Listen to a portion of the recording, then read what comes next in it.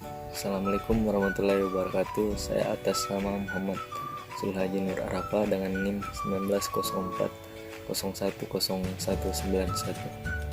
Di sini saya akan membahas materi kelompok 5 dengan judul Kerangka Dasar Penyusunan dan Penyajian Laporan Keuangan Syariah. Perkembangan kerangka dasar penyusunan dan penyajian laporan keuangan syariah Ikatan Akuntan Indonesia atau IAI menjelaskan bahwa kerangka dasar merupakan rumusan atau konsep yang mendasari penyusunan dan penyajian laporan keuangan bagi para pemakai eksternal. Adanya perbedaan karakteristik antara bisnis yang berdasarkan pada syariah dan bisnis konvensional menyebabkan Ikatan Akuntan Indonesia mengeluarkan kerangka dasar penyusunan dan penyajian laporan keuangan syariah atau KDP-PLKS pada tahun 2002. Adapun tujuan dan peranan kerangka dasar penyusunan dan penyajian laporan keuangan syariah ini berdasarkan paragraf 1 disebutkan bahwa KDP-PLKS bertujuan untuk dijadikan sebagai acuan bagi beberapa pihak, antara lain menjadi acuan bagi penyusun standar akuntansi keuangan syariah dalam pelaksanaan tugasnya membuat standar, kemudian menjadi acuan bagi penyusun laporan keuangan dalam menanggulangi masalah akuntansi syariah yang belum diatur dalam standar akuntansi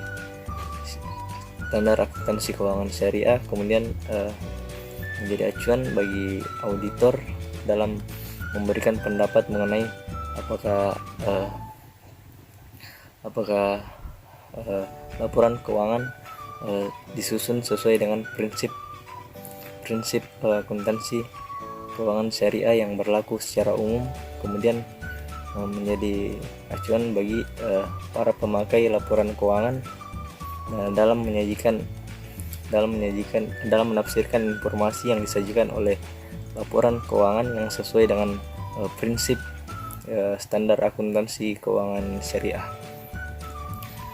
Kemudian ada empat aspek terkait dengan transaksi syariah dan pemakai laporan keuangan syariah. Yang pertama itu ada paradigma transaksi syariah, asas transaksi syariah,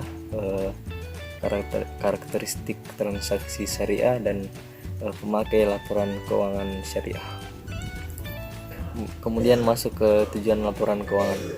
Berdasarkan paragraf 30 KDP-PLKS menyatakan bahwa tujuan laporan keuangan menurut KDP-PLKS adalah menyediakan informasi menyangkut posisi keuangan, kinerja, perubahan posisi keuangan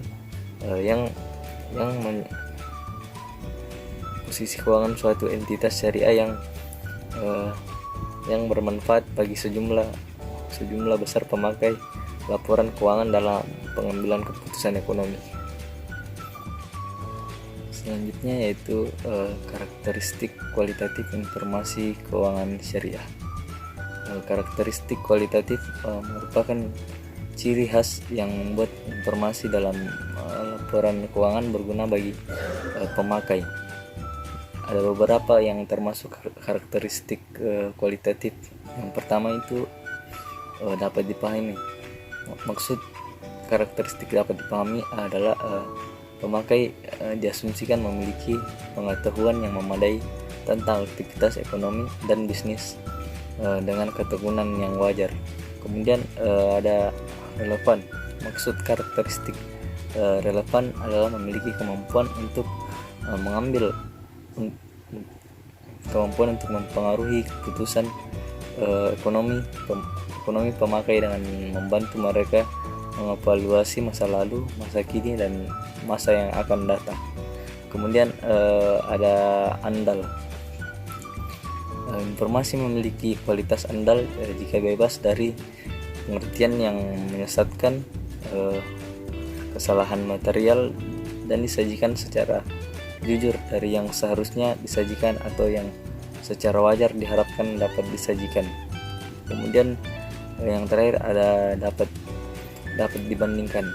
Pemakai harus dapat membandingkan laporan keuangan entitas syariah antar periode untuk mengidentifikasi kecenderungan posisi dan kinerja keuangan.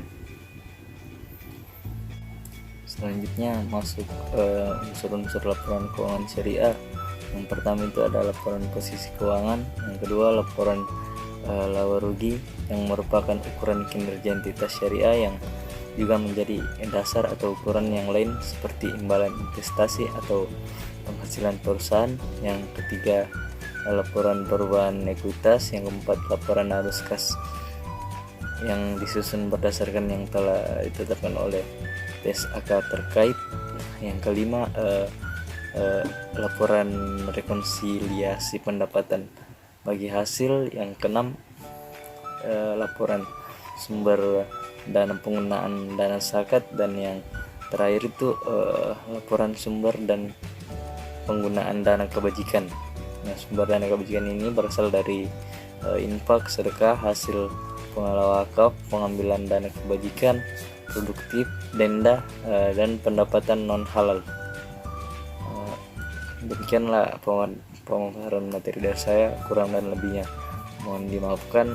Wabillahi taufiq wal hidayah. Wassalamualaikum warahmatullahi wabarakatuh.